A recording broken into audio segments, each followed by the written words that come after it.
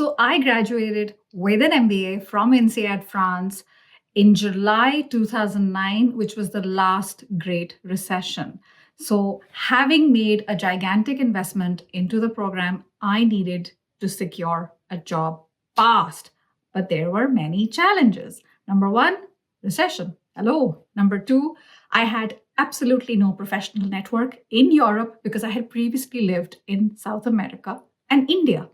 Number three, I required a work permit, which meant that any company that was interested in hiring me had to sponsor me, and that is a considerable financial burden. And number four, I had very little time to create opportunities and do all sorts of fancy networking because I was taking care of a newborn baby as well. Yes.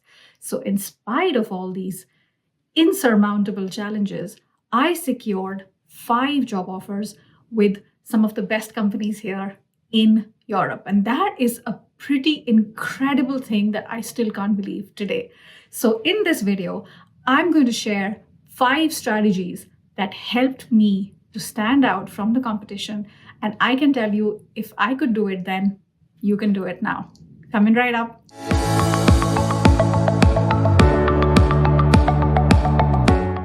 Hey Supercharger, welcome back. My name is Sonal, a former HR director with 18 years of international corporate experience. And in this channel, I share my best tips to give you that competitive edge to land that dream job, get promoted, and lead a richer, happier, and more purposeful life.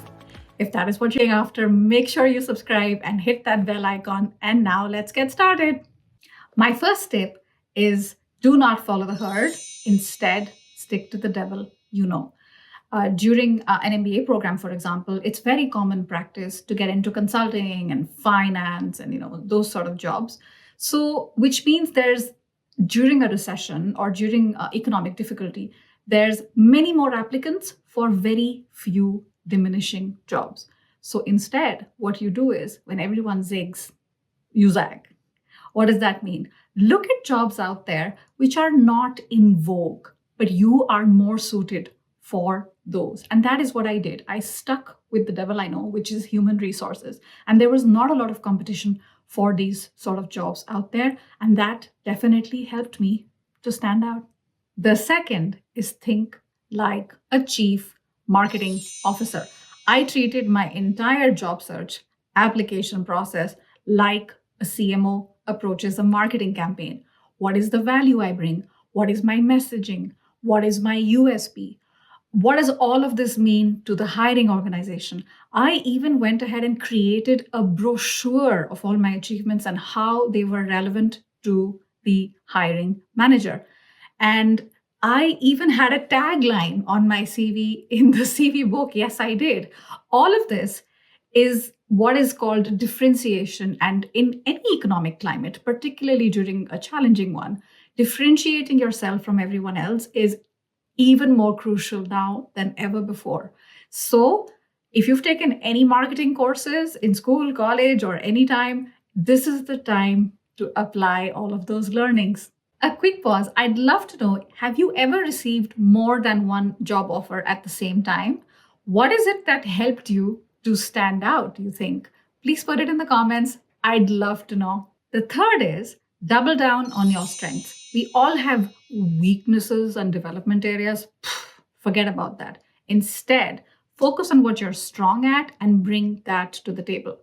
So in my case, drawing on my HR experience, I knew I was exceptionally strong at building one-on-one rapport. So what that meant is anytime there was an opportunity to have an interview with a hiring manager and they would say, hey, we'll be calling you, I would say, no, I'm going to be there at your office. I would love to meet you in person.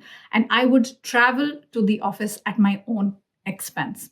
So the point is, what is it that you're really, really strong at? Be crystal clear on that and double down on that. The fourth tip is to ace the interview. It's easier said than done, but oh my gosh, when you get a call for an interview, you have to give it nothing but your absolute best. I've been interviewing for about 20 years and I've done it thousands of times. I am shocked still at how many candidates come to these interviews extremely ill prepared and make such common mistakes that unfortunately get them rejected. Those are highly avoidable mistakes. And what I'm going to do is I'm going to link a video that you can watch right now, which is about what is it that the hiring manager is looking for and what are the questions they use to evaluate you on those skills. I'm sure it's going to help you. My fifth tip is my most important tip. Beware of your inner game. Oh my gosh. Everything starts at that foundation.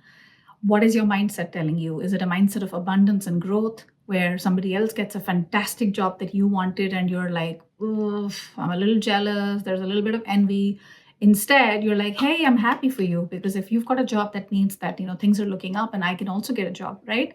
So this I cannot stress enough, because people continue to talk about the doom and gloom and unprecedented times and challenging times. What happens is when we listen to so much negativity on a day-to-day basis, we take it to be true.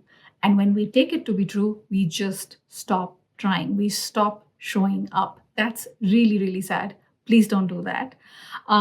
You've got to focus on your destination. Your breakthrough might be a little while away, or it might be just around the corner. You will not know if you give up. So if you'd like to know how to stand out in job interviews, check out this video and download the interview cheat sheet, which will definitely help you to stand out. And until next time, keep believing, achieving, and supercharging. You got this.